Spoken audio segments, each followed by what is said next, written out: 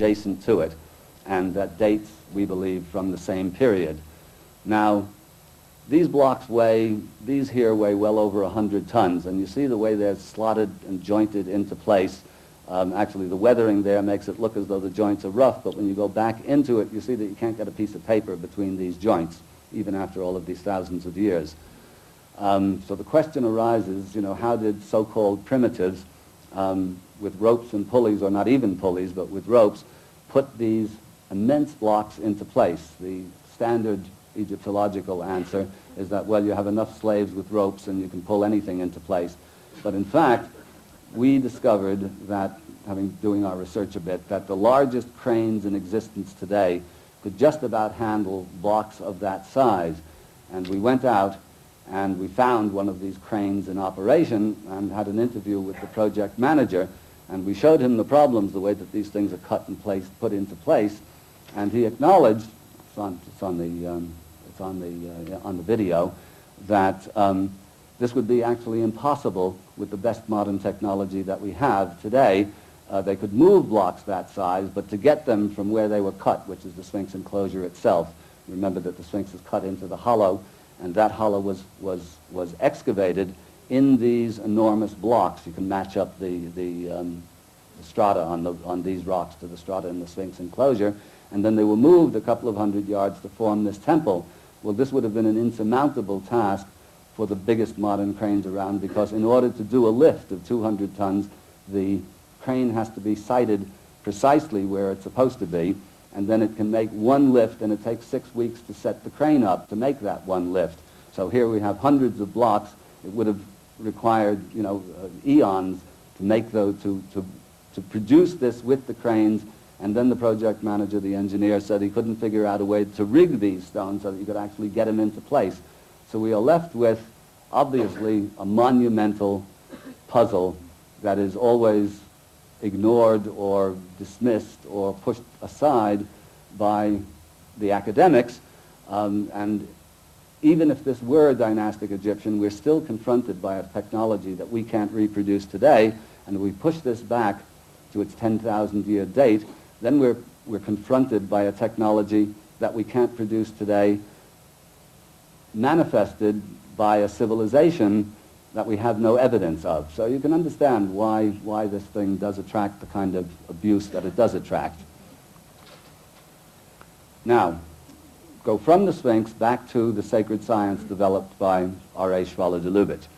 De Lubitsch was kind of a wonderkind, born about 1890, brought up in a scientific household, became very interested in all metaphysical matters, and also very conversant with modern science, and was actually, throughout the 20s, an actual practicing alchemist. You didn't think there were any of those around, but there are, or there were. I think there still are, as a matter of fact. In 1937, Schwaller, like myself, had no particular interest in Egypt, but in 1937, he visited Egypt just on a holiday, and in the Temple of Luxor, this is an aerial view of the Temple of Luxor with its strange asymmetric axis, he was hit by what mystics call a revelation, and poets call an inspiration, and scientists call a hypothesis formation. And because it has to be respectable, you see, you can't have an inspiration if you're a scientist or an academic. But Schwaller's hypothesis formation was that this extraordinary structure was an exercise in harmony and proportion.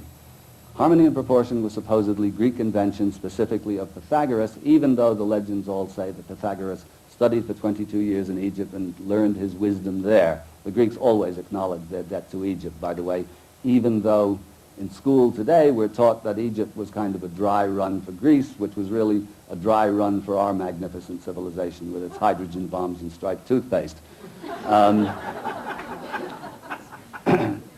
But Schwaller realized that if he could prove that certain mathematical constants, or the elements of harmony and proportion, were written into this strange asymmetric structure, he would have proved that this knowledge was available to the Egyptians roughly 1,000 years before Pythagoras, and since there's nothing new about this temple in Egyptian architecture, it would show that this knowledge was available to Egypt from its very beginnings.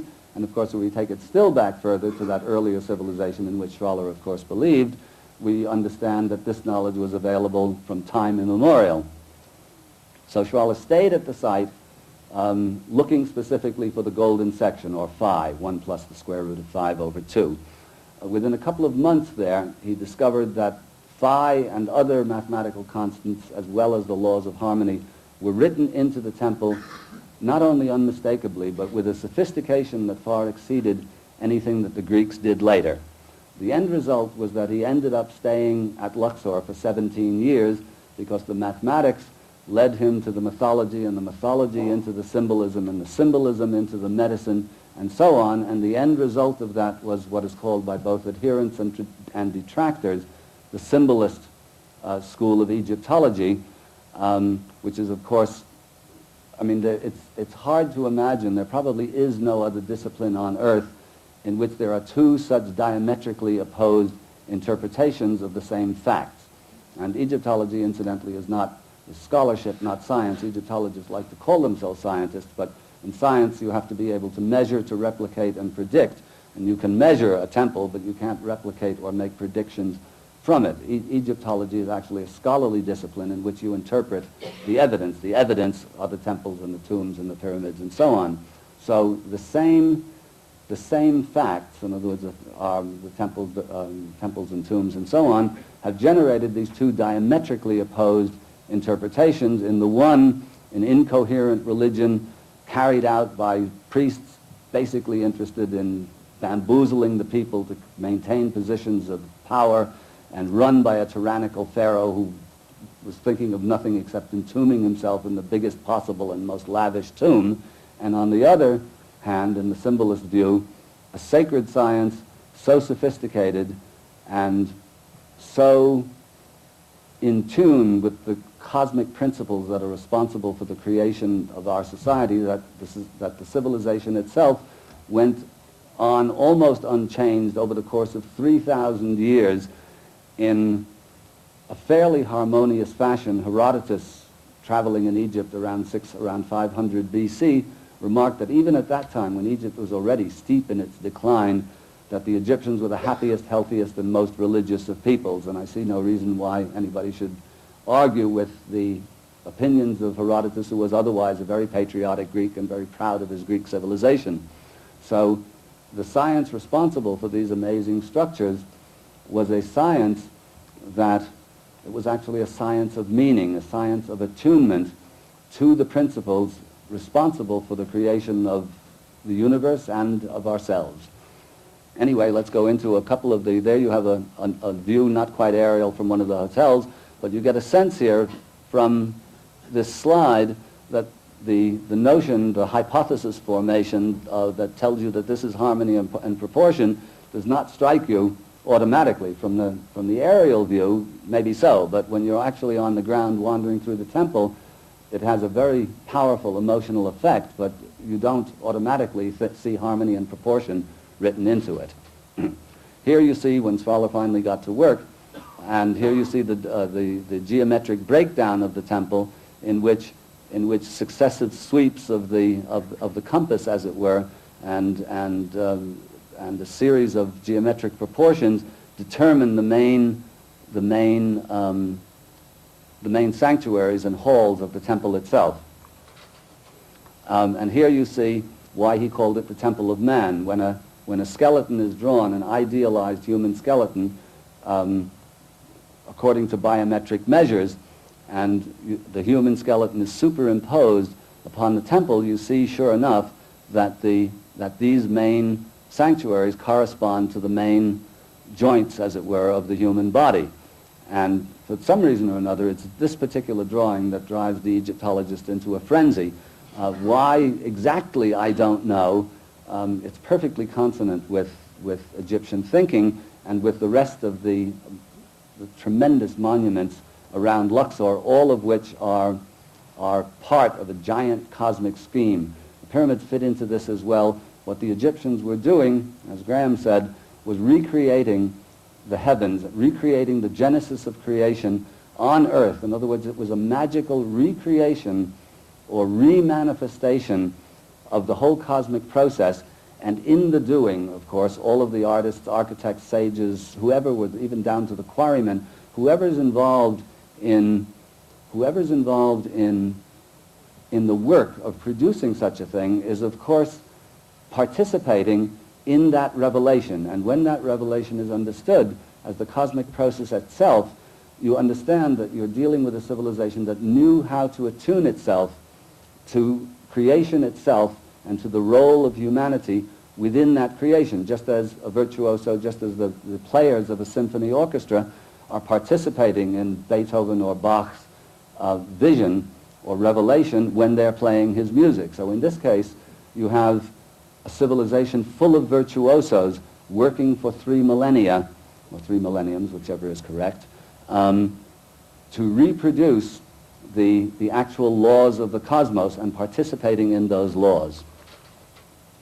Now, the question arises actually, and it's one that's answered quite simply but never seems to be addressed, and when it is addressed is not addressed simply, of why and how these temples produce their effects. Because no matter what we do in a slide lecture like this, no matter what we write in our books, the experience of Egypt is something else altogether. It was Schiller actually who called architecture frozen music. And this is not just metaphorically true, it's actually literally true, because we respond visually to architecture the way we respond orally to music. And as you know, I mean, if you think about it for a moment, you know that music is simply a series of notes in different proportions, at different volumes and different frequencies, combined in a certain way. And when they're combined in the right way, or in a specific way, let's say, you get a certain emotion from it. So Beethoven gives you one thing, and Bach gives you something quite else again, and Mozart still something else altogether, and rock music still a very powerful emotion, but a very different one, and Deutschland, Deutschland über alles, still a different emotion, and so on. Music has this power to evoke. But a temple does this silently and in stone. And in fact, architecture is often thought to be the highest of the arts. I concur in this myself, actually, because when you're in a temple, you are, as it were, within the instrument itself. I mean, there's no separation between yourself. You become one. You fuse with the music. In architecture, this is even simpler. And when you look at modern architecture, you see why. I mean, modern architecture is the product of an age of chaos. And for the most part, with very rare exceptions, when you go into most modern buildings, you get, by and large, a very unsettling effect, if you get any effect at all. The reason that you get that effect is because there are no harmonies written into it. The temples are consecrated, or our modern temples are consecrated to the one God we know, which is Mammon, and Mammon doesn't care about music. It cares only about money. So when we walk into a temple, this is what we get. We emote to that temple. Now, these figures that you're seeing here are extensions of experiments performed in the 19th century by a physicist who was called the father of acoustics, Ernst Chladni, who discovered that if you put a plate on a violin and vibrated it and bowed the violin, that sand would form beautiful geometric patterns at certain frequencies, and then when you passed that frequency, it would dissolve into chaos, and then it would reform itself into other similar geometric patterns when it hit a harmonic of that frequency. About 40 years ago, an anthroposophist, follower of Rudolf Steiner, took this principle, devised equipment that would allow him to vibrate at with much more controlled frequencies, all kinds of different materials, solids, liquids, sands, powders. And these photographs that you see now are stills of those experiments in which all that you see now, which look like beautiful modern drawings almost, are simply different materials being vibrated and producing these beautiful geometric patterns. Now, wait, let me backtrack that a second. Now, this is the effect of vibration upon inert matter. We are all, of course, organic matter, mainly water, bone, muscle, and so forth and so on. in other words, when we are subject to vibrations, the spoken word, music, architecture, which is visual vibrations, we create patterns within ourselves, as it were. Yenny actually made a very interesting but low-tech video of this, and when you see it in motion, it's quite dramatic and, in fact, quite emotional, because you see the different liquids and powders and so on forming these beautiful patterns, and then the whole thing disappearing into chaos and then reforming another beautiful pattern, and it's just from sound going back and forth, various sound waves, producing all of this extraordinary, these harmonic figures. And so you realize that when you're in a building that's harmonically constructed, you participate in the music, you become the music. And now an Egyptian temple, you see, the Egyptians didn't use the word temple, that's our word. They called the temple the Perneter, which means the house of the god. And even God is a misnomer. The gods are actually cosmic principles in the sacred science. So you're actually in the house of the principle when you visit an Egyptian temple. The principles are expressible, again this has to be very short, through number of geometry, proportion, and measure. So when a temple is consecrated to a particular principle or god, Amun, Horus, Hathor, doesn't matter who, the temples are all, of course, very different from each other. But because the Egyptians understood this science of cosmic principles, they were building temples appropriate in number, measure, harmony, and proportion to the inner meaning of that principle. And when you walk into a temple, what happens is that you are associated with, or the principle itself is evoked within you. And that's what gives you that emotional hit, as it were. And the emotional hit is very different temple to temple. Some places absolutely knock you out. Some temples for some people are negative experiences, very powerful negative experiences. Sometimes the same temple will give a very powerful positive experience to others. But the experience is unmistakable, particularly when you're there early in the morning and nobody else is there yet. So the Egyptians actually are consciously building the experience of cosmic principles into their temples for the participants in the ceremonies and rituals within those temples to learn from or to assimilate with or to. So now let's just look at a couple of the ways in which symbolism works, this mysterious Egyptian symbolism. See, we've basically lost our knowledge of symbolism. The only valid symbolism we really have today is the political cartoon. But according to Schwaller, and I concur in this, the symbolic language is actually a much richer language than our linear language, where you can only explain one thing at a time. A symbol works on many levels simultaneously. And when you can read the symbols, just as in a good political cartoon, for example, the Russian bear, now fragmented into 14 parts like Osiris, and John Bull and Uncle Sam and La Liberté can be juxtaposed in such a way that you get from it a very complex political message. And the more you know about your politics, the richer that message is. Well, so with Egyptian symbolism or any symbolic language, when you look at the temples or you look at the reliefs, what you're seeing is sacred symbolism. And if you were an Egyptian priest, you would walk into these bewildering but beautiful temples, and you would read from it on a number of levels simultaneously, from the cosmological to the psychological, perhaps even to the practical, a vertically integrated understanding of the principle in action. And if you look at the details of some of these symbols, for example, here we have the famous scarab, which is the symbol of the rising sun, but actually, more accurately, the transformational power of the rising sun. Now, the scarab is just a dung beetle, a humble little insect that lays its eggs within a ball of dung, rolls the ball of dung along the desert, the eggs, and then it buries the ball at night. In the morning, it digs it up, and so on the simplest level, that's a symbol of rising of rising and setting sun. But why an animal, why an insect as humble as the dung beetle with its somewhat nasty habit of laying its eggs in a ball of dung? It's what goes on within the ball of dung, and of course the ball of dung, what the ball of dung symbolizes, which is matter, of course, in its grossest form. The eggs are laid within the ball of dung. The eggs hatch, go through the stages of metamorphosis exactly the same as a butterfly, Eventually, the little larva becomes a nymph, spins a cocoon around itself. And there you see the cocoon, actually not of a dung beetle, but of a silkworm, basically similar. And if that looks like an Egyptian mummy wrapped up, this resemblance is not accidental, because the Egyptians were magically recreating this last stage of transformation, as it were, in their mummy wrappings.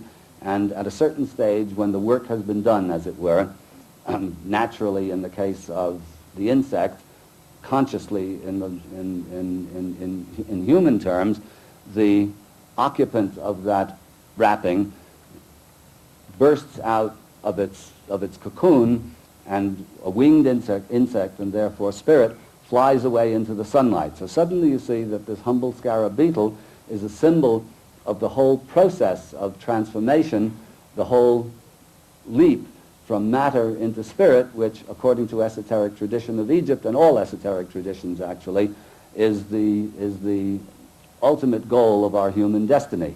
We are born matter with the potential, or the seed of divinity within us, and through conscious effort and conscious evolution, we have the possibility, goes the doctrine, you're not obliged to believe it, I do, that the right kind of work puts you in the position where you actually become immortal, which doesn't mean that you live for billions and billions of years as you are now. It means that you achieve a level of consciousness that is the level of the stars, as it were, that is the level of the gods, and in that form, your name, this is very important to the pharaohs of Egypt, their name becomes immortal. In other words, their individuality has become conscious and immortal, and that's the goal of the whole process. And if that isn't the goal, the whole process doesn't have any meaning, and we might as well eat, drink, and be not so merry, because tomorrow we may die, and if not that, the day after that.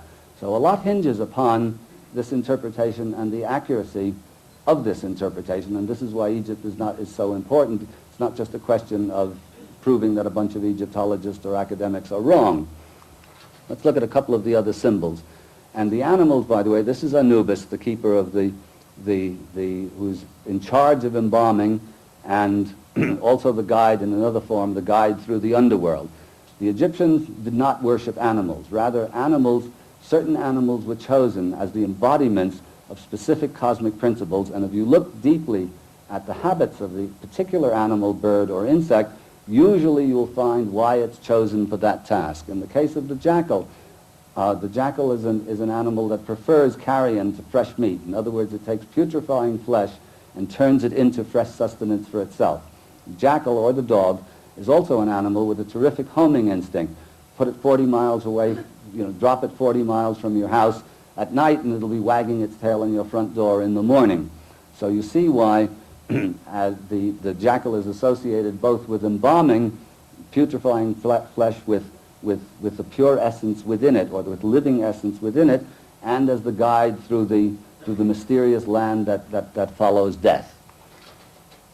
Here we have just a point of interest. I'm particularly into dogs myself. There you have the Egyptian greyhound, which is called the Thesemu Heru, the greyhounds of Horus. As soon as you hear something called the greyhounds of Horus, it means it has an esoteric significance.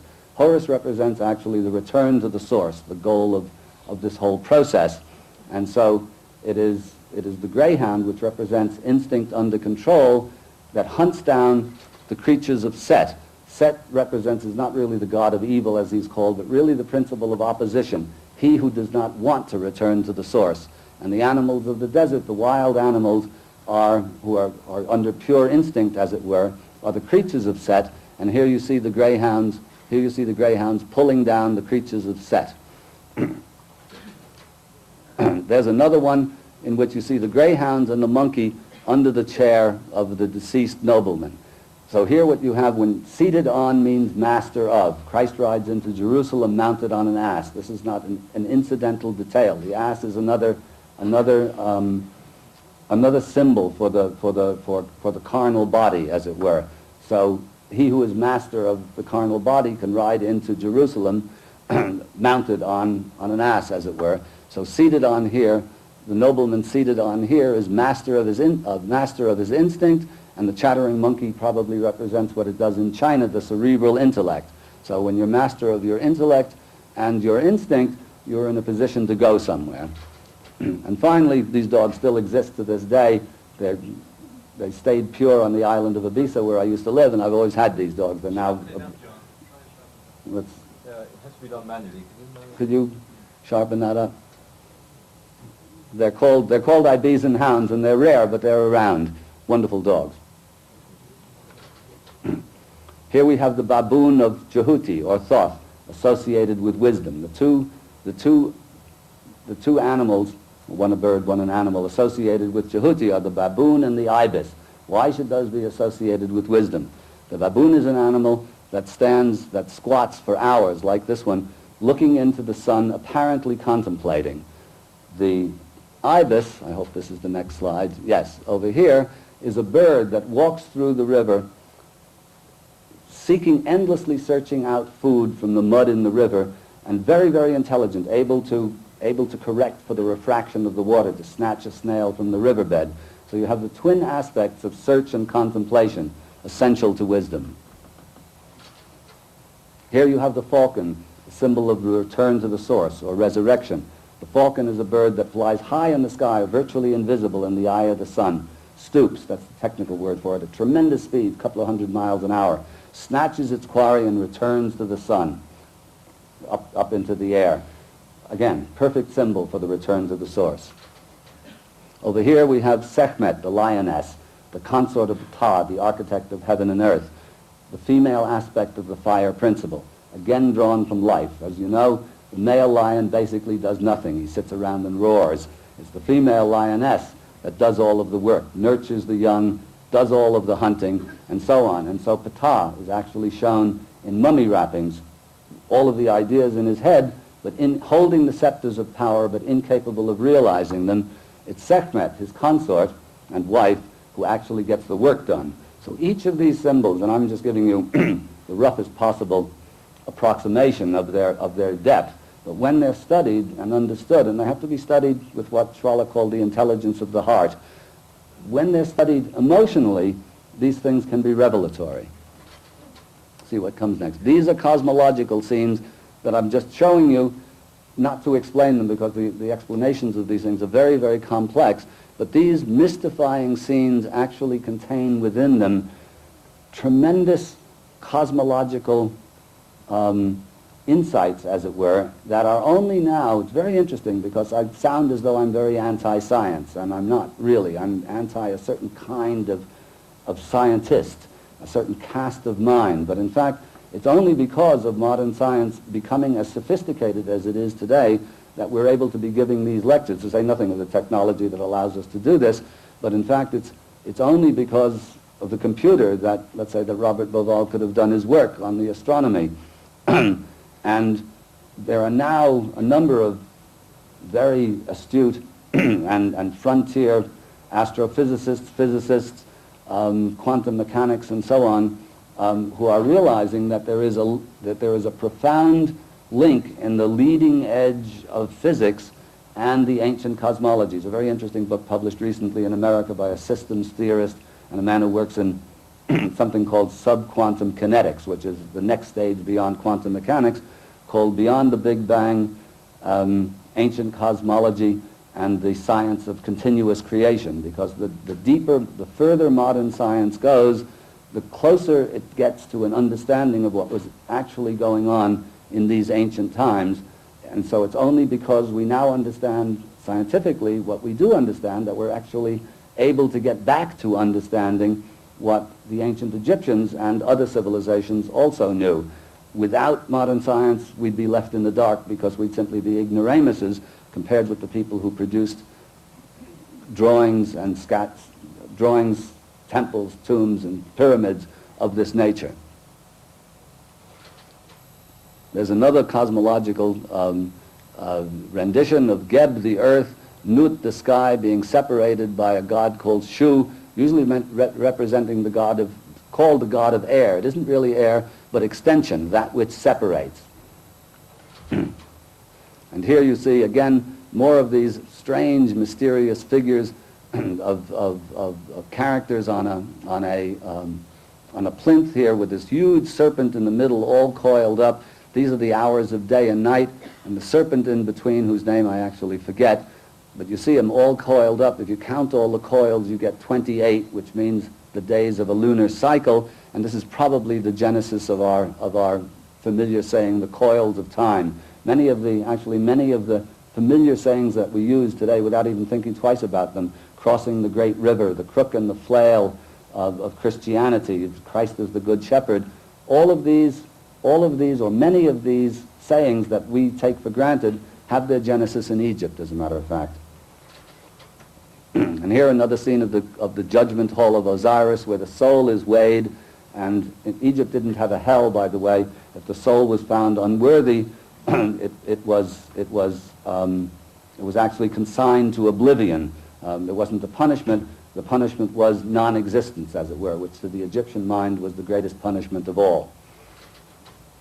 And here, finally, we have another schematic of the drawing that Graham showed you from the second tomb of Tutankhamun, which incidentally proves, as far as I'm concerned, that the Egyptians had an astrology of some sort. As soon as you connect stellar consciousness with human consciousness, and you see that these beams are directed into the third eye, in other words, this is our goal, which is to assimilate to the consciousness of the stars, and this is the purpose of the doctrine of resurrection, or the return to the source.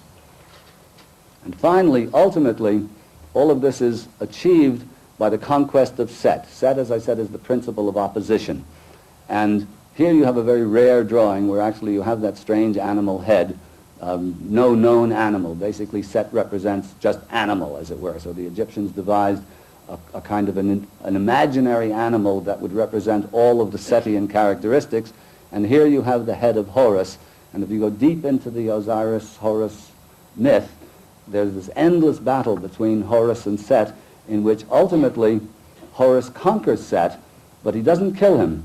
He reconciles with Set, but this can only be done after the victory, as it were. There's no point trying to reconcile with Set while the battle is going on, which, as you'll see later on at the end of this day, has some pertinent lessons to teach us for the moment.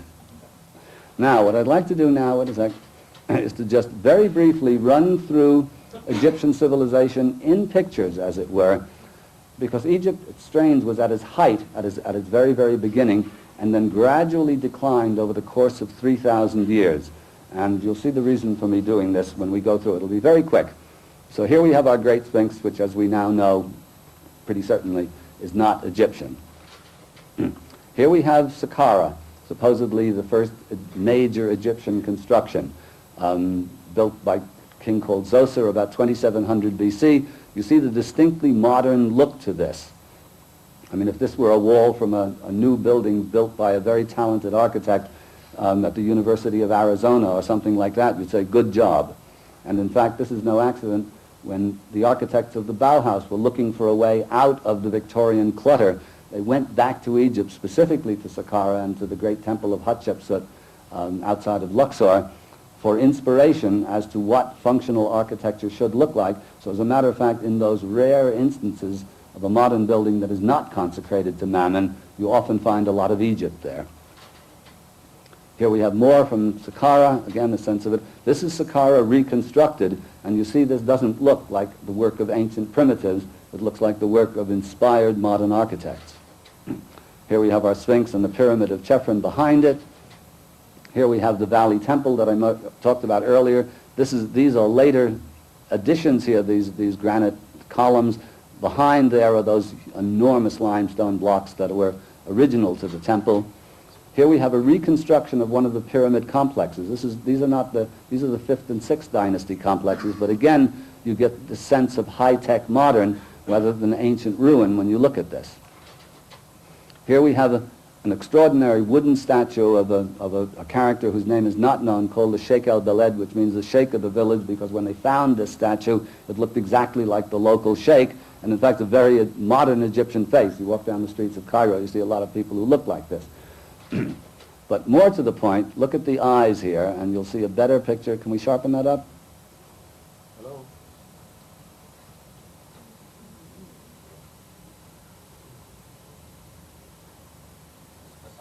That's the best we can do. Okay, let's see. Here we have another one. Here you have what a squatting scribe, a statue that's now in the Louvre, and here you see those eyes looking back at you. Now, one of the peculiar things is that these inlaid eyes, which are practically impossible to make, because they're made of different kinds of quartz crystal, which is a very difficult stone to work in, are peculiar to the Fourth Dynasty, the Old Kingdom. Subsequently, when inlaid eyes were done, they were a much lesser quality, and afterwards the art was lost altogether. But what's particularly important about this is a very interesting point raised by Schwaller de Lubitsch, that in order to make a glass eye or a crystal eye that looks back at you like this, we've only been able to do eyes as good as this in the last 50 or 60 years ourselves. In order to make an eye that looks back at you, it means that you have to know intimately the refractive and the reflective properties of the eye. So in other words, this presupposes not just technical accomplishment, but a very profound knowledge of physiology and physiology specifically. You have to know your anatomy, what things do and why they do it, in order to produce a glass eye that actually looks back at you. So it's when you look at these details, actually, that you get a sense of the mastery of the Egyptians. This is the funerary furniture of a queen called Hetepheres, who was the mother of Khufu, or Cheops, and you contrast it. You see, this is very, very old. The pure simplicity of it compared to, let's say, the equally accomplished but definitely decadent gold of the tomb of Tutankhamun. Egypt was at a higher level in its earlier stages than later on. Here we have the marvelous temple of Queen Hatshepsut in Deir el-Bahari, and again you get that modern sense of it, cut against the cliff. Frank Lloyd Wright would have been proud of a building like that. Here we have Hathor herself in a chapel of Hatshepsut's temple, and you see the strange Asiatic face. Hathor is always portrayed this way, full face, with the ears of a cow. Sometimes she's shown as a cow herself, because she represents, among other things, the principle of cosmic nourishment, and the animal for providing nourishment par excellence is the cow. Hence, a female face with cow's ears, done so artfully that actually, unless it's pointed out, you don't even notice that they're cow's ears. Here we have the great temple of Ramses II up in Abu Simbel. It's this sort of thing that gives Ramses his reputation as a great egotist. I tend to think it's otherwise, but no room for that now. He was the great king, and as they say in Texas, if you can do it, it ain't bragging. So when we look at Abu Simbel, we see the great king in repose here, and his face is not that of a tyrant, but serene, like a sort of rather reminiscent of some of the bodhisattvas. But even the photograph here doesn't give you a sense of the scale of this temple. This does. So you see what's involved here. Now we're going into later times, into the Ptolemaic period following Alexander's conquest. This is an old Napoleon drawing of the Temple of Komombo, constructed in Greco-Roman times. Another shot of Komombo. You see everything has become, in a sense, decadent, much more complex, much less pure. It's Egypt in its decline, has the feeling of overripe fruit about to fall off the tree, which is in fact what's about to happen. Here, Dendera, again, that sense of, this doesn't look like Saqqara, put it that way, a very different emotional effect. Here we have Edfu, the same kind of effect. I mean, these are powerful temples in their own right, but the purity is gone, the sense of lightness is gone, very different emotional effect produced. Now you see the artwork here is not what we've been seeing. These are hired hands who have no sense of the inner meaning of what they're told to draw. This is crude and clumsy stuff. And finally, Egypt dies and gives way to the Greco-Roman period. The spirit has died, as it were, and you see here the great Sphinx has become Tony the Tiger. You see what the goddesses now look like. They look rather as though they've just come back from the orgy with this fellow here. And here we have the human-headed bird, the ba bird, the symbol of the divine spark that we're all born with us. And here, by contrast, a new kingdom version of the same in all its calligraphic beauty. This is what the Sphinx has happened to the Sphinx in Greco-Roman times. And finally, here in the tombs of Komalchugafa in Alexandria, the last gasp of ancient Egypt. Here you see it's a kind of an underground Disneyland where the symbols of Egypt have been mixed helter-skelter with Roman and Greco-Roman, Greek and Roman motifs, and the whole sense is eerie and wildly unspiritual, as it were. More on Komal Chugafa. Then what happens? Christianity takes over, and the Christians don't, in fact, desecrate the temples, at least not yet. They were slow to learn how to desecrate temples. Rather, they took it over, hammered the Coptic cross into the surfaces of the columns. This is at Philae, down beyond Aswan, and Christianity actually took over the temples for a while. But finally, the ancient gods are subjected to the final indignity, the back of a camel.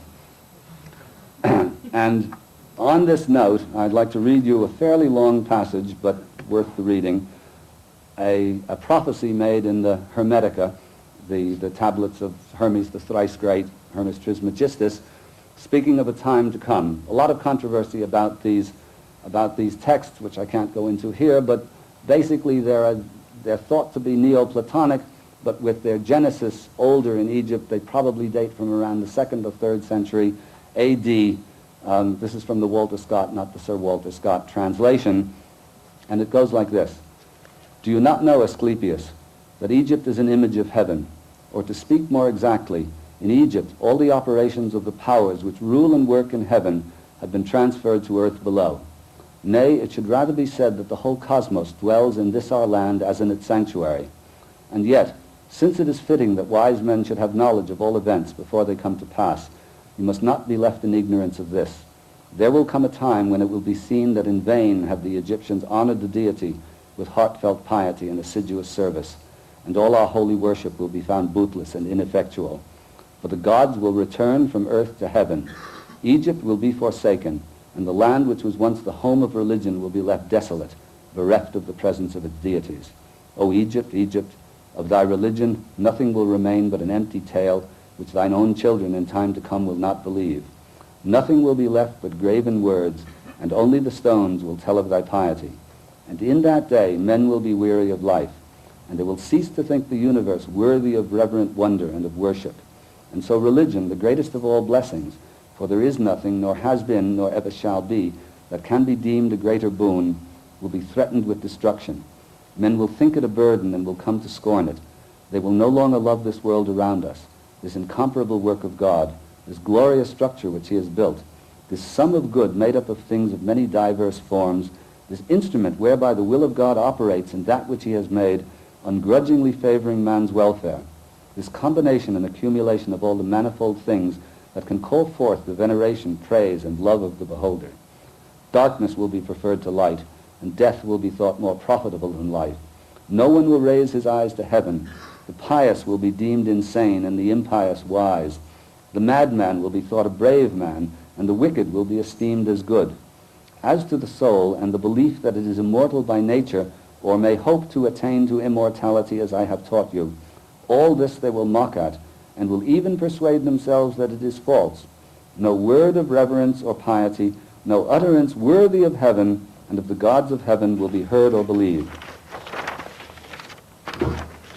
And so the gods will depart from mankind, a grievous thing, and only evil angels will remain, who will mingle with men and drive the poor wretches by main force into all manner of reckless crime, into wars and robberies and frauds and all things hostile to the nature of the soul. Then will the earth no longer stand unshaken, and the sea will bear no ships. Heaven will not support the stars in their orbits, nor will the stars pursue their constant course in heaven. All voices of the gods will of necessity be silenced and dumb.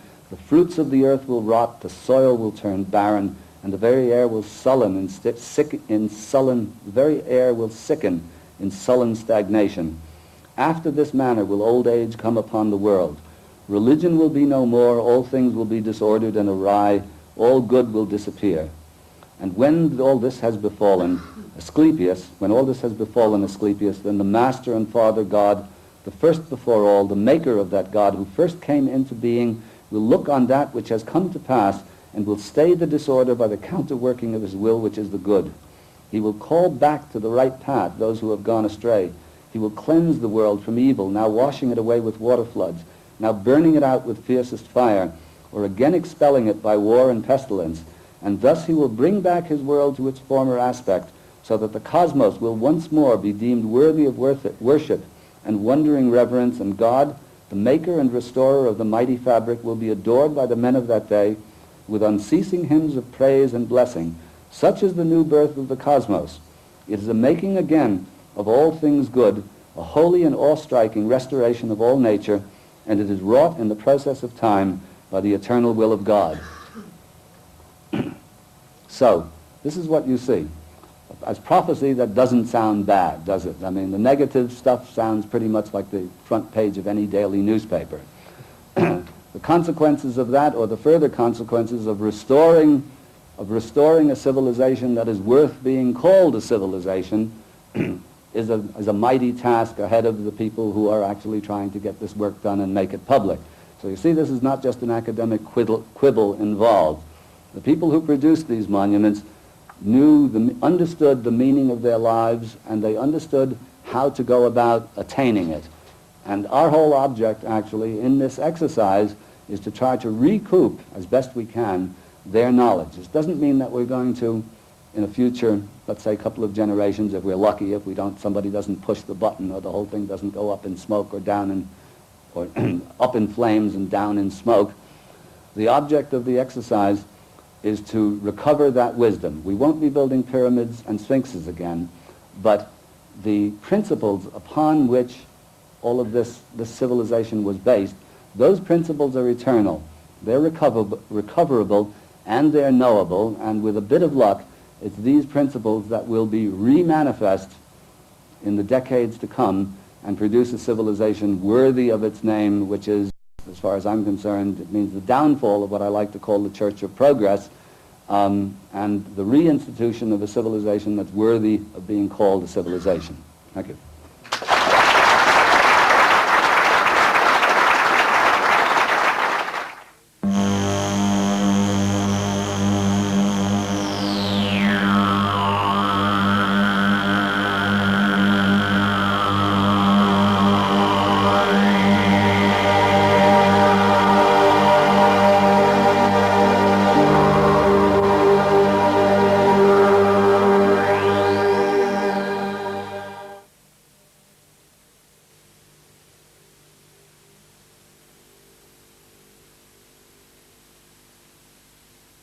I'm going to be talking for about 40 or 45 minutes in the concentrated way to which you've become accustomed about some things that you've already heard about, and also about some new material which provides remarkable independent confirmation of everything you've been hearing. Okay. And very good. And I'd start out by saying that some of you may have seen, by the way, this blue flyer which talks about prehistoric stellar mythology. And that's what I'm going to be talking about to you right now, and explains a little bit about the concept. I think that we'd all agree there's an enormous amount of material here, and there are very big ideas and big perspectives being introduced. But I think I would feel quite safe in saying that everyone here this afternoon perhaps shares one basic intuition, one thing we can agree upon. And that is that there are these mysterious and inexplicable and magnificent monuments on the earth. Not just at Giza, of course. There are elsewhere, in China, in Mexico, in Peru. And that they are designed to tell us something.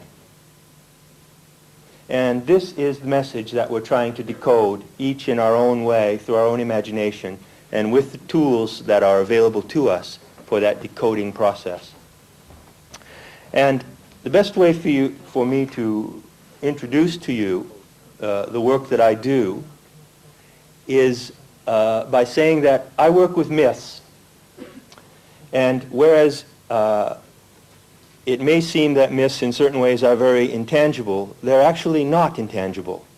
Myths can also be seen, especially the myths of the various starry constellations of the sky, of which this is a map that we'll be using. What we're learning here with our Stone Age learning tools that we call electronics, which often fail us, is that the monuments are already connected with the mythology. And the point I want to make to you, and the point that I want to leave you with, is that the monuments and the myths are complementary. They go together, and they're two parts of a single language and a single code. And so what I'm going to be showing you is how to decode the mythology. I'm just going to give you a sketch of that because it's rather like working on a DNA code or anything else. It's a bit complicated, but I'll give you a sketch of it which will be enough to show you that it decodes into information that confirms what you've been seeing. My work specifically, I'm a comparative mythologist, so I've studied myths from all over the world and I compare them, the Chinese, the Greek, the Polynesian, the American Indian. But I have, for the last 25 years, concentrated in the area of what is technically called sidereal mythology or stellar mythology. And that means looking at the myths that are specifically connected with certain constellations. For instance, you've been hearing all day about the myths connected with the constellation of Orion. This is not the only one. There are myths connected with many other constellations as well. And that's called stellar mythology. And in a very, if I were to summarize the studies that I've made in the last 25 years of this, I would say, I would use an analogy that's probably come to your mind quite a few times this afternoon. It is as if there is a sidereal memory bank. It is as if the constellations themselves were a memory bank, just like the monuments are obviously a memory bank. And that we can read back and forth between these two memory banks, as Robert Bauval has demonstrated in the correlation between Orion and the pyramids. Now, you've heard a lot about precession, and what I'm going to do now is I'm going to demonstrate to you how to use precession to do mythological research. I'm not going to explain to you the mechanics of precession because you can read the excellent description of that in Graham's book, Fingerprints, and I'm going to just, we don't need to get into what makes precession happen. I'm just going to tell you about the effect of precession and how that is a tool. Precession is a research tool that I have used. It's very simple. If today we stand facing east at the moment of the spring equinox, we will see, and if the sun could be blotted out so that we could see the stars in the background, we would see a certain constellation. And the constellation that we would see would be this constellation of the fishes. As a matter of fact, the location of the vernal point of the spring equinox sun is right there. It's underneath the tail of this fish. You see this fish is swimming along in the direction of the zodiac, and the other fish is swimming up and away from the zodiac. And due to the effect of precession, if we were to have stood at the spring equinox, say, let's take a date, 1800 BC, and if we were to look at the background of the starry constellations, we would have seen something entirely different. That's the effect of precession. In 1800 BC, you see I've written 1800 BC there, we would have seen this figure of the ram. This is a ram's head. This is a halo over the ram's head. And this is the ram's body, and the ram is looking back over the sequence of the constellations. I took that ram's head from an Egyptian bas-relief from Abydos. In 1800 BC, the spring equinox occurred there. In 3000 BC, it occurred there. In 4480 BC, it occurred there. Now, I won't elaborate and go into all the details, but you can see that what you have is a cosmic timing device. And it moves 1 degree every 72 years. So it's too slow to observe, say, in one lifetime. But if you have a civilization that is obsessed with, or fascinated, mystified, and inspired by the skies, they would naturally, over generations, detect this phenomenon. Now, whatever the value of precession was in the past, for us today, it's a tremendous research tool. I'm talking about a slightly different aspect of precession than you heard when Robert was talking about the way precession shifts the constellation of Orion up and down. That's the effect of declination changing. And that's also an aspect of precession. But it's not the one that I use for my research. I simply use this wheel. And on this wheel are isolated the 13 constellations of the zodiac. That is to say, out of all of the 88 constellations in the sky, these are the 13 through which the sun and all the planets run their periodic cycles. So you could say, in a very physical sense, these 13 zodiacal or ecliptic constellations are the ones that are most profoundly connected with the life cycles of our planet, the sun, the moon, and everything that happens in our planetary system. And a great deal, an enormous amount of data is contained in these images when you go to the texts and you find the myths and stories connected with those images. I'll give you a very quick example of how some things turn up in sidereal research, and sometimes it's ridiculously obvious how they turn up. The age of the ram was marked by the time when the spring equinox shifted from here, which is the hind legs of the ram, through the ram, and to this point here, which is about 108 BC, we entered the age of the fishes, or Pisces. We are still in that age, by the way. And if anyone is telling you that we have reached the next stage, which is down here, this you can't see too well. It's an image from a Sumerian cylinder seal of the god Ea, or Enki, who is the water god. So this would be the Aquarius image. This is the Pisces image. You can see where the vernal point is. It's a long ways before it actually shifts into this next constellation. But if we go back and look at where it has shifted through the ages, if we go back to, say, 1800 BC, we see that it entered the ram. And then they would say in the classical teachings, the age of the ram, the age of Aries began. Well, if we look at history, what do we see? First thing we see that pops out is 1800 BC is the date that scholars and academicians, bless their souls, assign to Abraham. The ram was the age of Abraham. You remember the story in the Bible about the sacrifice of the ram, all of that symbolic language. The beginning of monotheism, the beginning of the Judeo-Christian religion as it has come down to us was in the epoch of the ram. And this is just a very simple detail. Obviously, there are an enormous ensemble of facts and details that come into this research. But I have progressed the vernal point back to a certain date, which you've been hearing a lot today, the date 10,450 BC. And that simply means that between now, where it is now, the year 2000, and this point here, which is called 172 degrees of the ecliptic, it took about 12,450 years to make that passage. So when you wind the cosmic clock back to that date, you find it under the tail of the lion. Here's the lion. Here's the lion's head, the lion's mane. This is a very bright star in the heart of the lion, or Leo, if you wish. And right under the hind paws and the tail star is the spring equinox of 10,450 BC, about which you already know quite a bit. And so you see, if I was doing my research, I could use this timing device and I could start from that point, and I could trace the way that it moves into the constellations, the way that it changes from one to the other, and then I could perhaps correlate that with actual events and things we know about history or prehistory, and about the long-term evolution of our experience here. It's an enormous perspective that comes into our hands with this tool.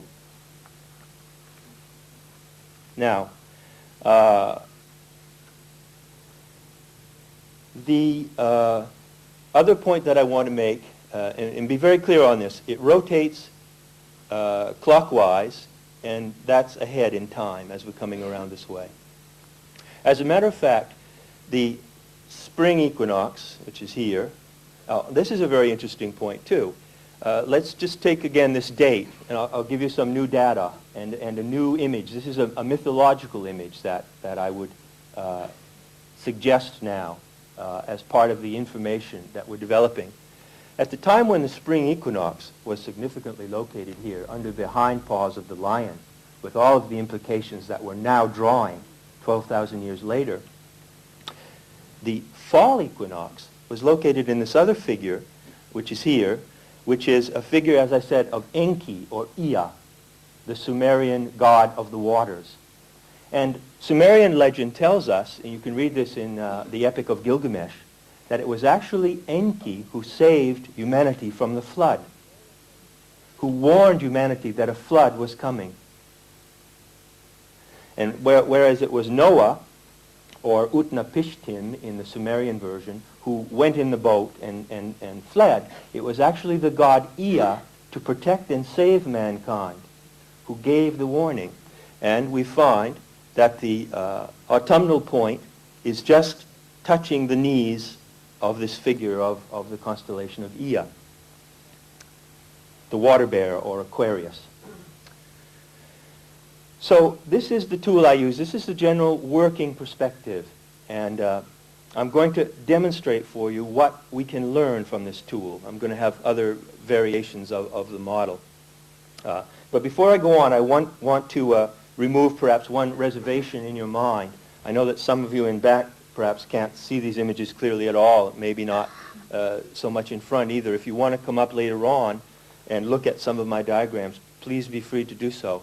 But you will get the idea that these are drawn images, and you may be asking yourself, well, how accurate are these?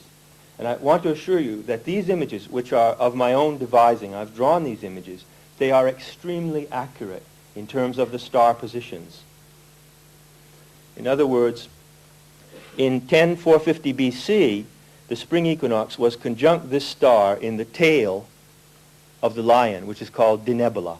And that is exact, and that can be calculated.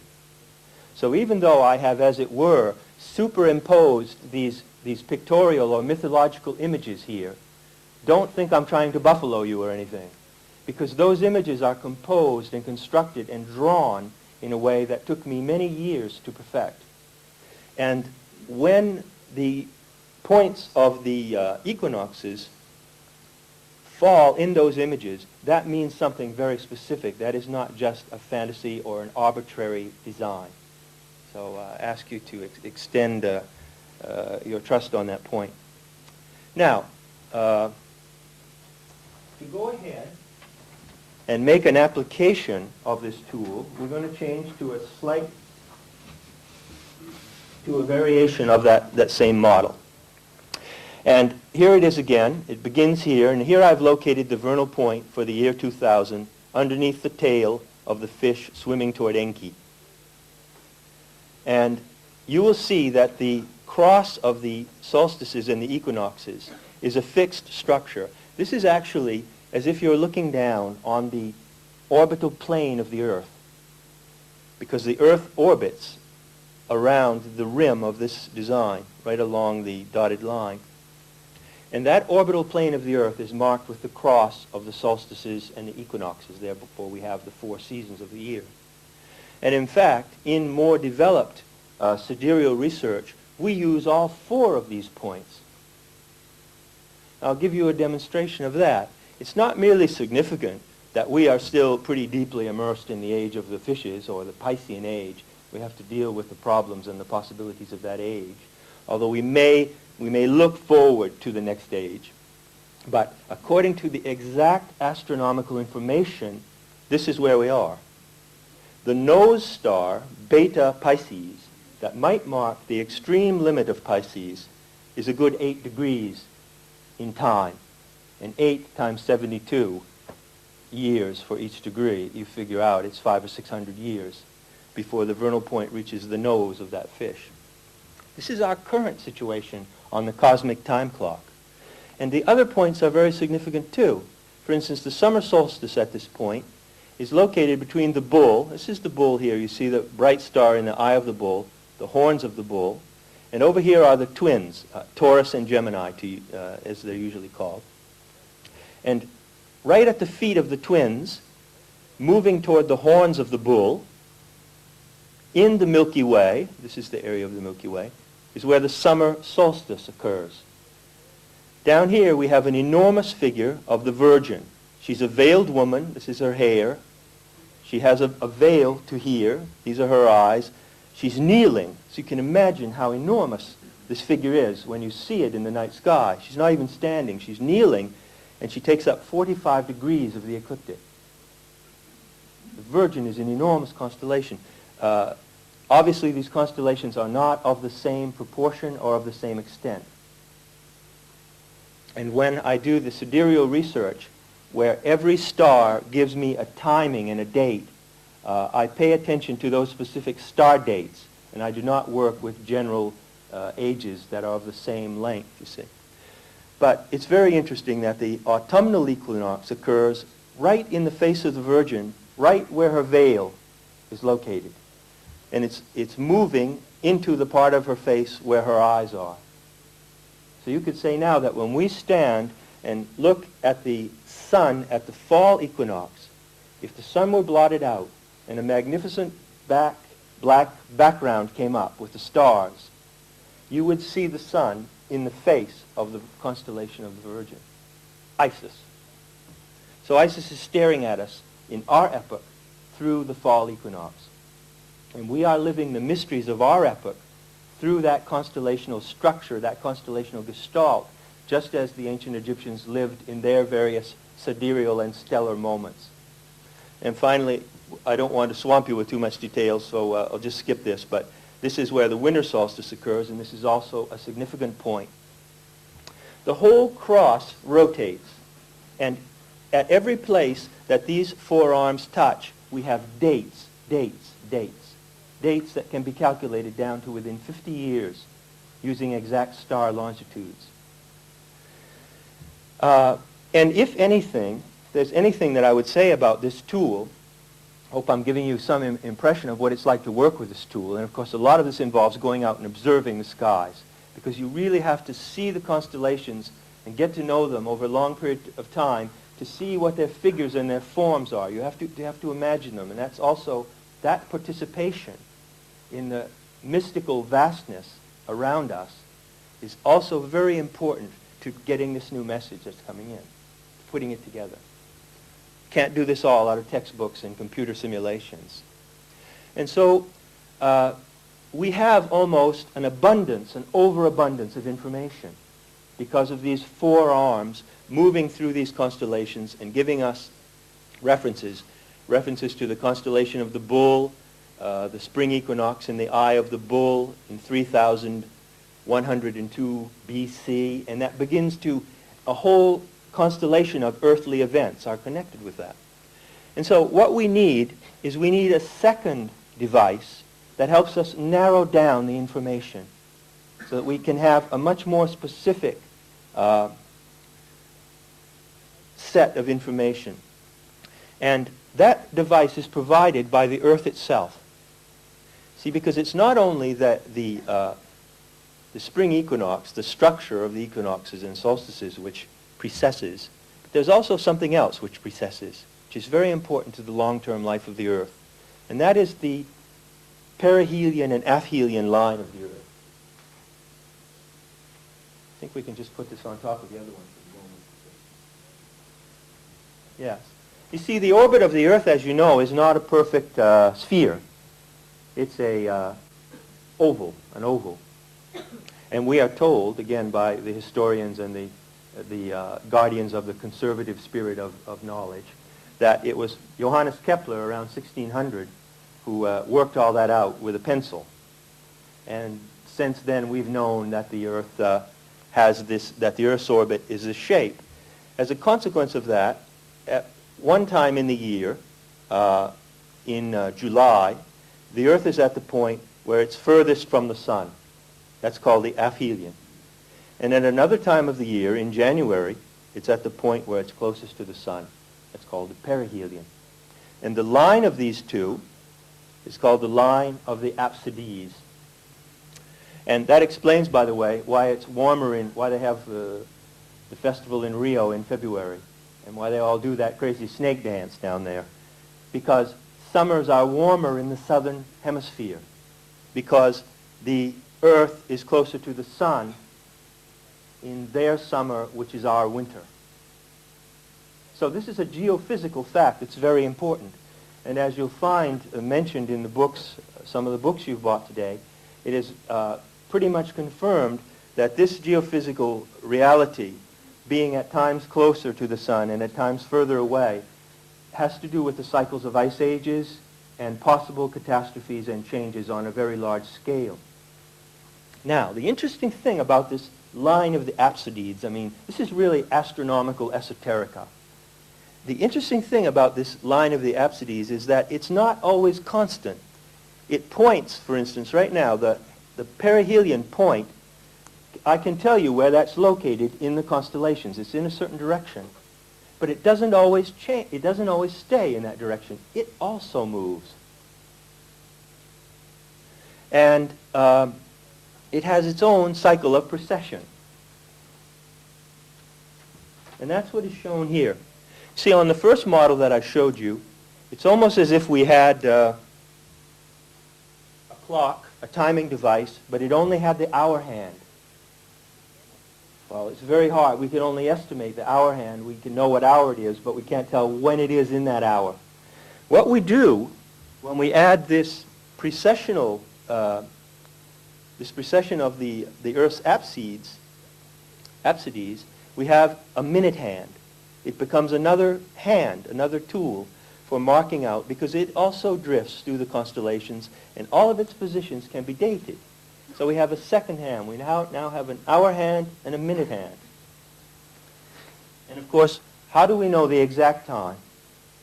We know the exact time when the hour hand and the minute hand, when we correlate them, when we put them together, when we look at them in their relationship to each other.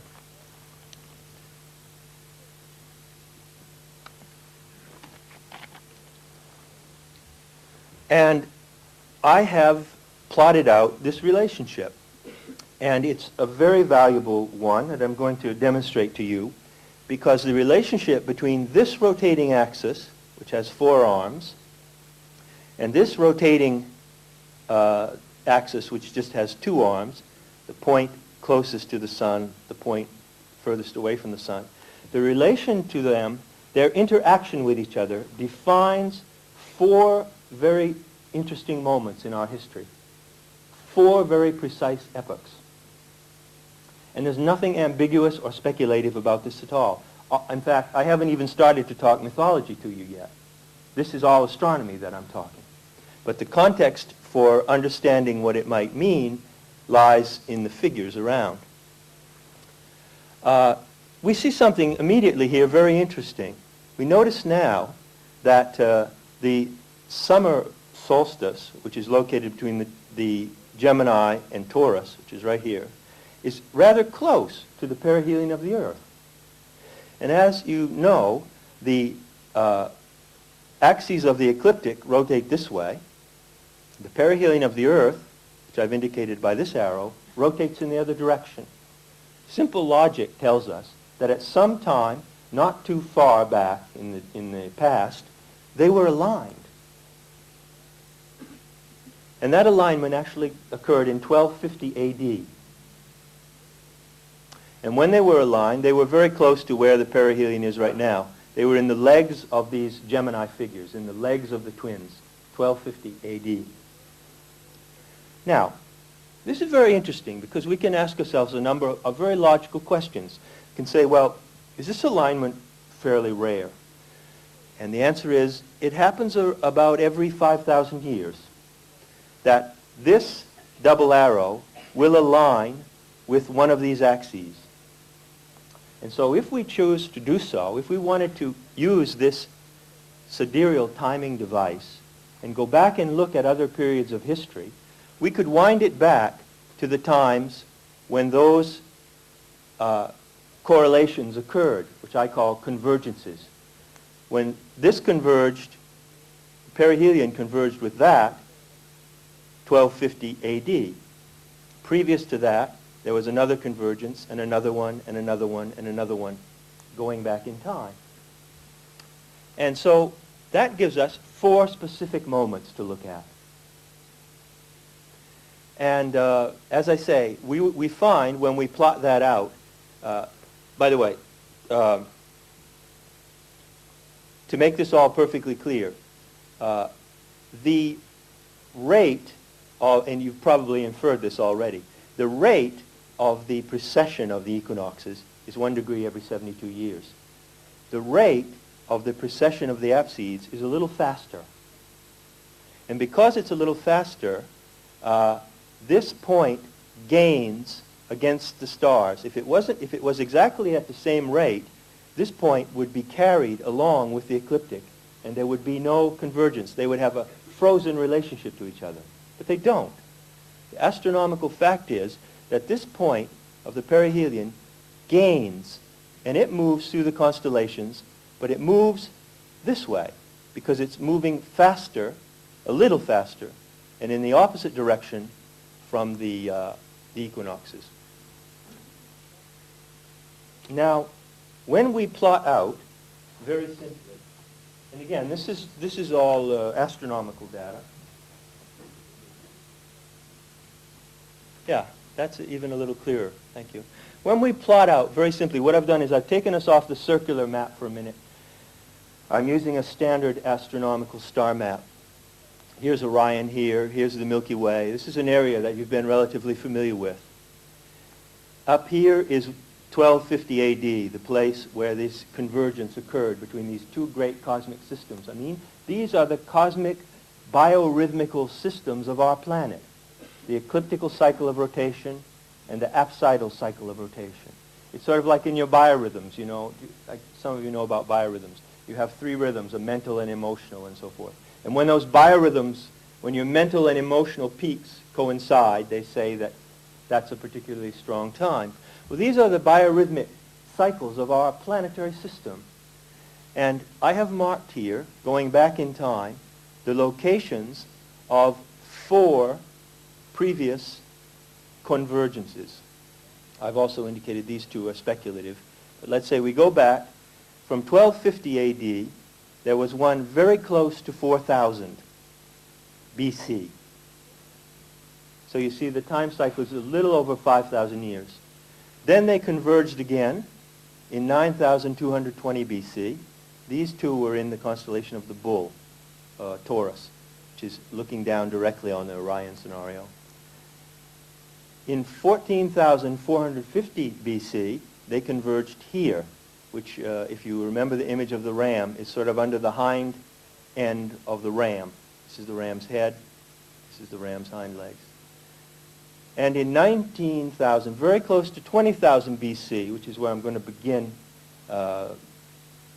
talking about the myths, they converged on the borderline between the fishes.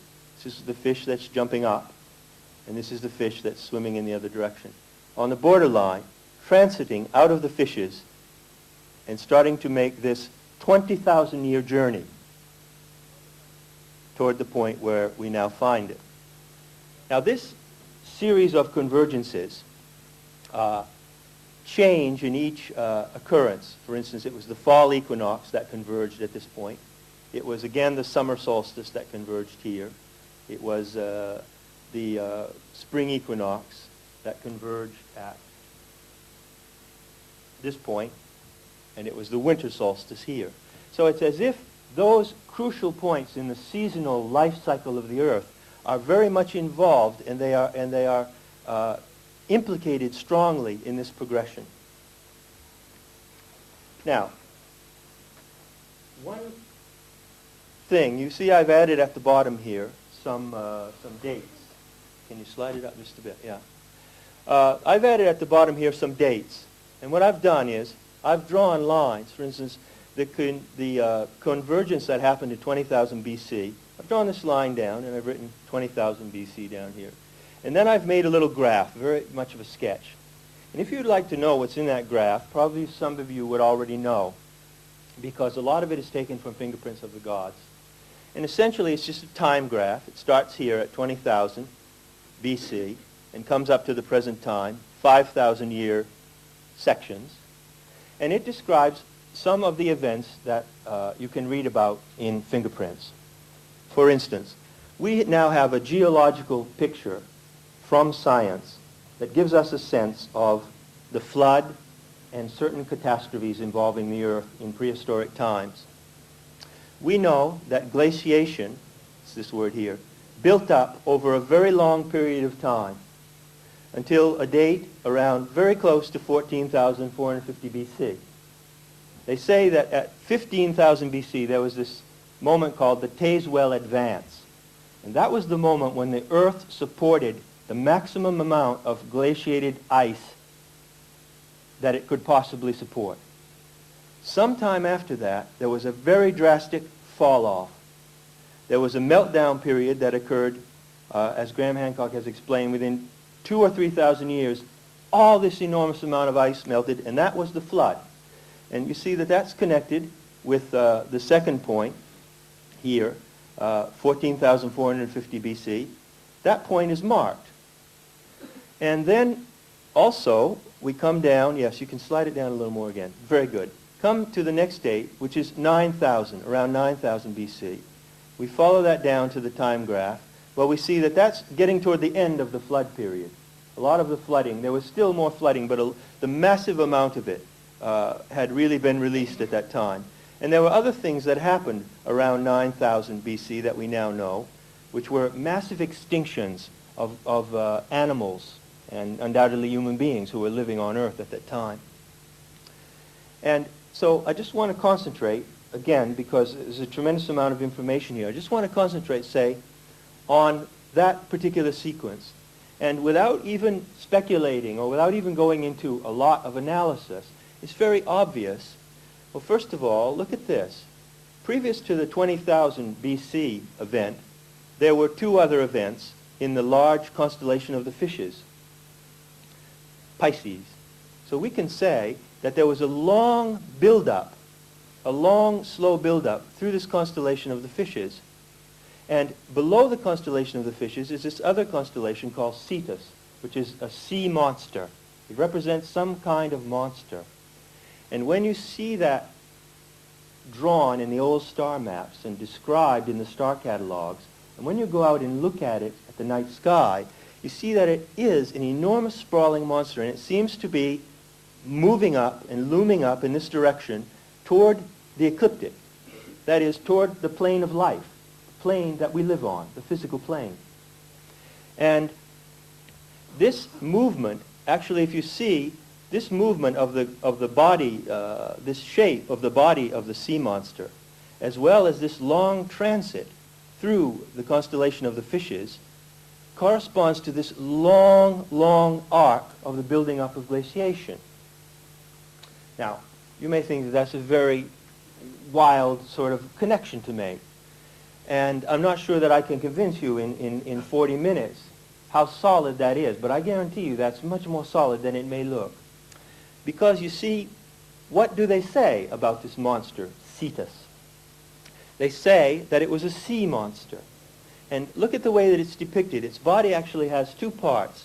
It has this very distinct head, which rises up first. And then it has this long, you can also connect some of these other stars. It has this long mass. Now tell me, can you think of anything that you might see in the sea that would have a small amount of its mass above the water, like a head, and an enormous amount of its mass below the water? And that might be considered to be a monstrous or menacing entity. An iceberg. That's right.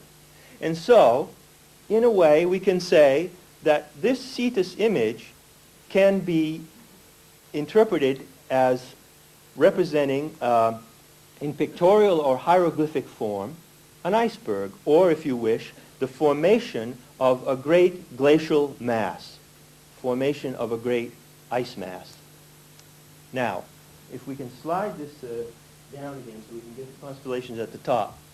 You've probably heard about the constellation of Andromeda, and you may have even heard about the myth of Andromeda. Now I'm going to bring in the mythology.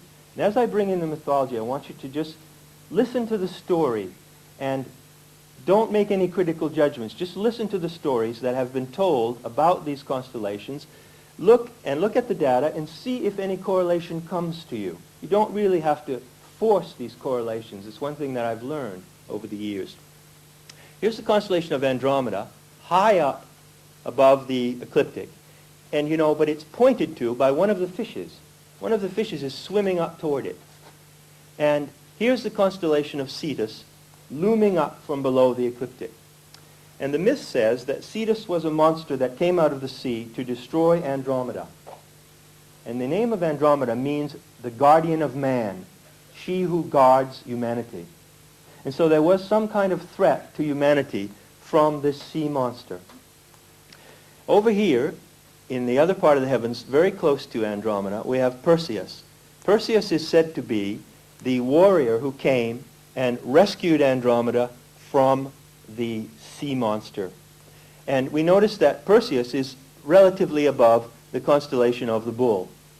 And Perseus is connected in its time frame and in its star dates with these later moments in time.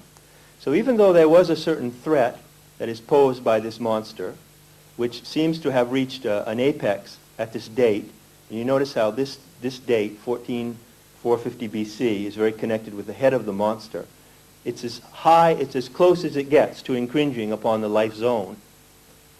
Other events later took place connected with the hero Perseus, which saved humanity, or rescued at least a part of humanity, from this threat. Obviously, there's a lot of nautical references in these constellations. The fishes is a nautical constellation, and the sea monster is a nautical reference.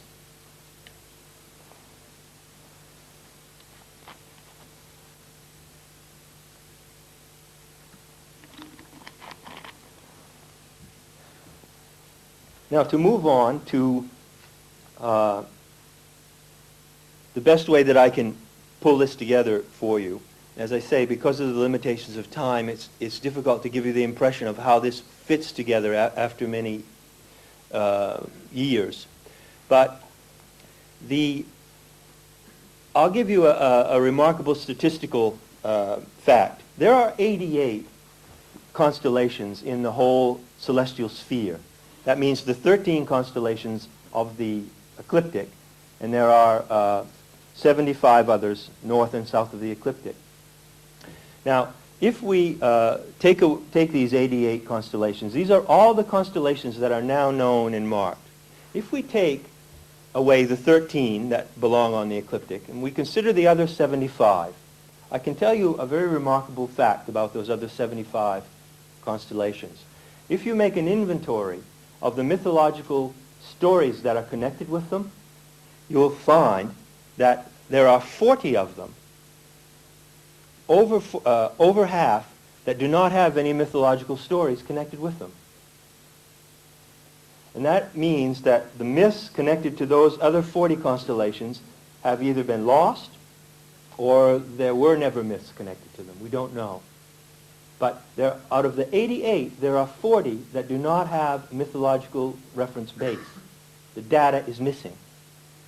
Now let's return then to those that remain, the 48 that remain. Of the 48 constellations that remain, if you take another inventory and you say, in each of those 48 constellations, which of them refer to the myth of the flood? And you can make a list, and you can say, this one. And some of them have many references to the myth of the flood. Some of them have none whatsoever, and some have a few. If you make an inventory of the remaining 48 constellations, you come up with 7 constellations that have an enormous proportion of references to the myth of the flood.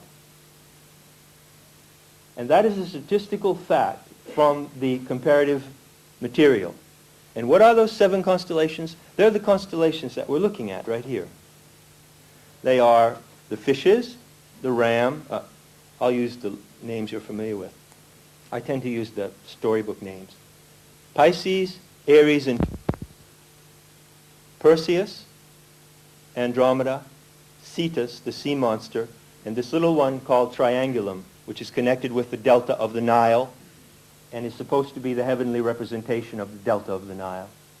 And so it's a remarkable statistical fact that all of the lore of the flood that you find from all over the world China, South America, Greece, Mesopotamia, is connected with this complex or ensemble of constellations through which these points are located.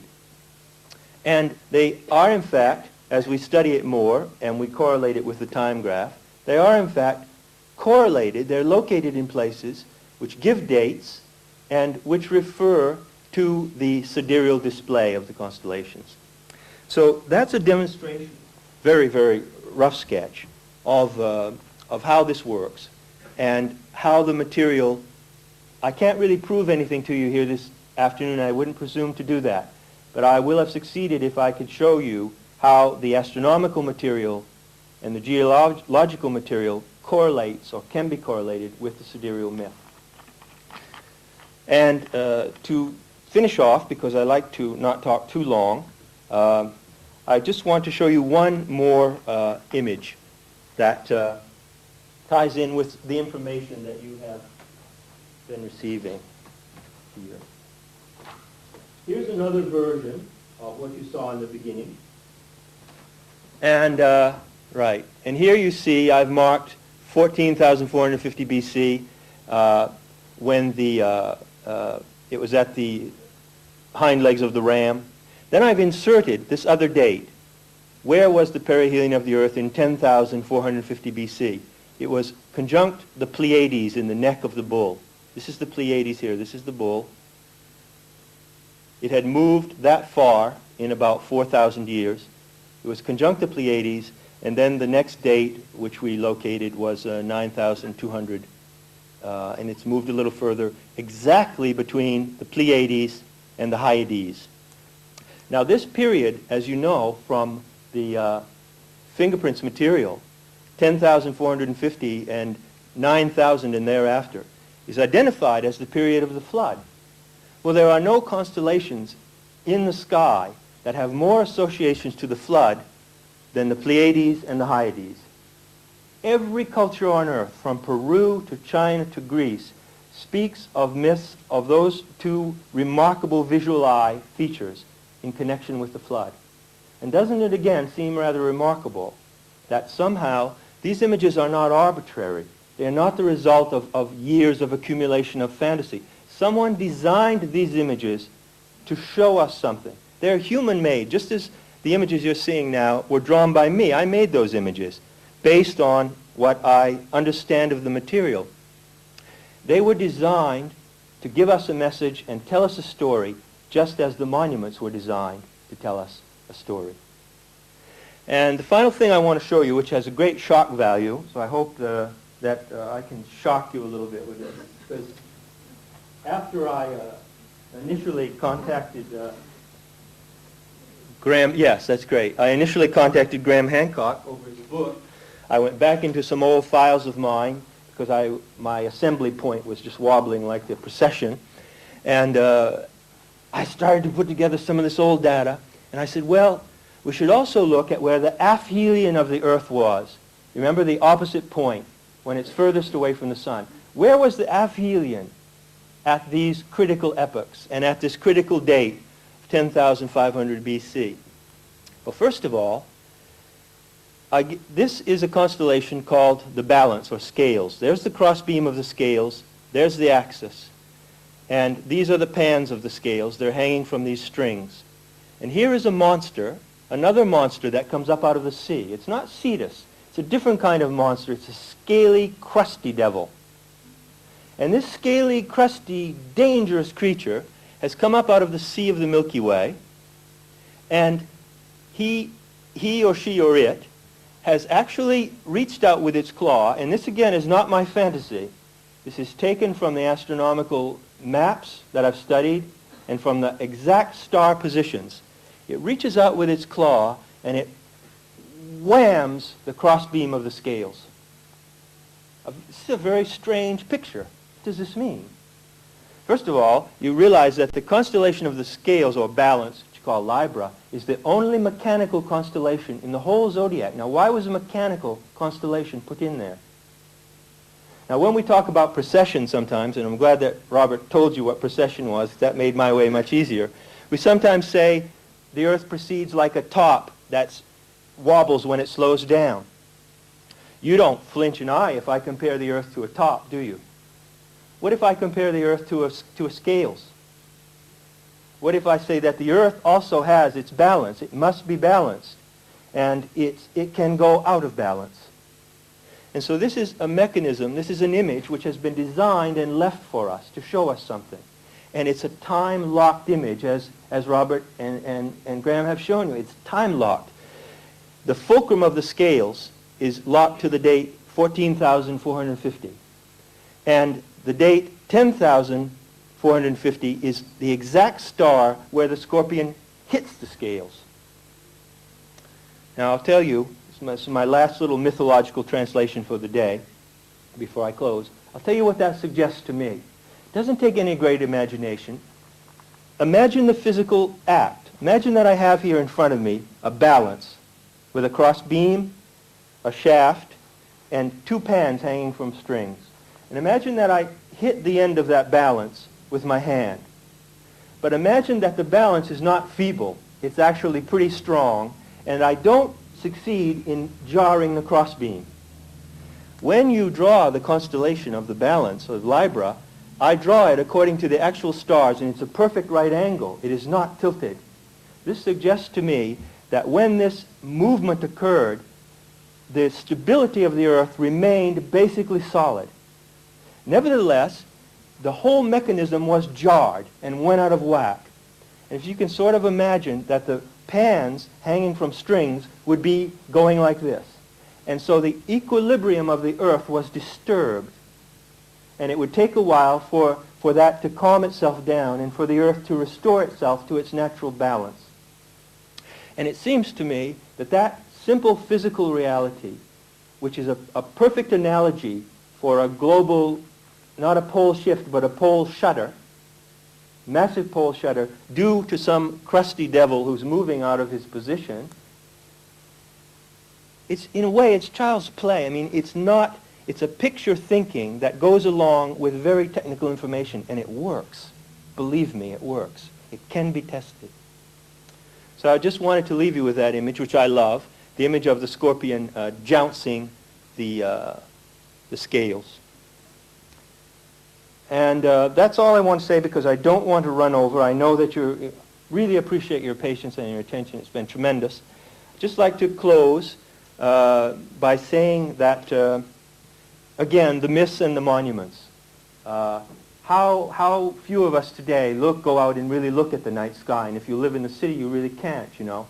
That mystery of participation, as it's called in anthropology, to participate in the mystery of the night sky, in its presence, and in those cosmic pictures, was obviously a reality to the Egyptians, and needs to become again a reality in our time. It's part of this legacy that we're rediscovering, and we're retrieving this lost legacy.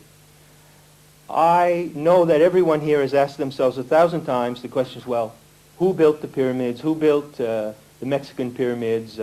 Who built the Chinese pyramids and so forth? We can also ask ourselves the question, who designed these images? And I strongly suspect that the answer is going to be the same, because we know that the correlation between the images and the monuments is very, very close. And so my last word to you would be that who they were points to who we are. And although this stuff is very vast, and we're dealing really here with vast perspectives that can be difficult to manage at times, it's tremendously important for finding out who they were so we can find out who we are. And so we can be aware of the principle of Mat. In Egyptian mythology, stellar mythology, the balance or the scales represented Mat. And you will find in the pyramid scriptures the scene of the soul being judged before Osiris, and you see the cosmic image of the scales. We are all judged by our participation in the life of the earth. That's our judgment. And when we don't live in the life of the earth anymore, the greater life of the being who takes us on this space journey, then we risk losing the laws of equilibrium, and we would risk knowing who we are, really. So that's the message I have to bring from the stars. It's really a very down-to-earth message, and I think that I hope that it will contribute to this threshold that we're on, showing us where the human future might lie. Thank you very much.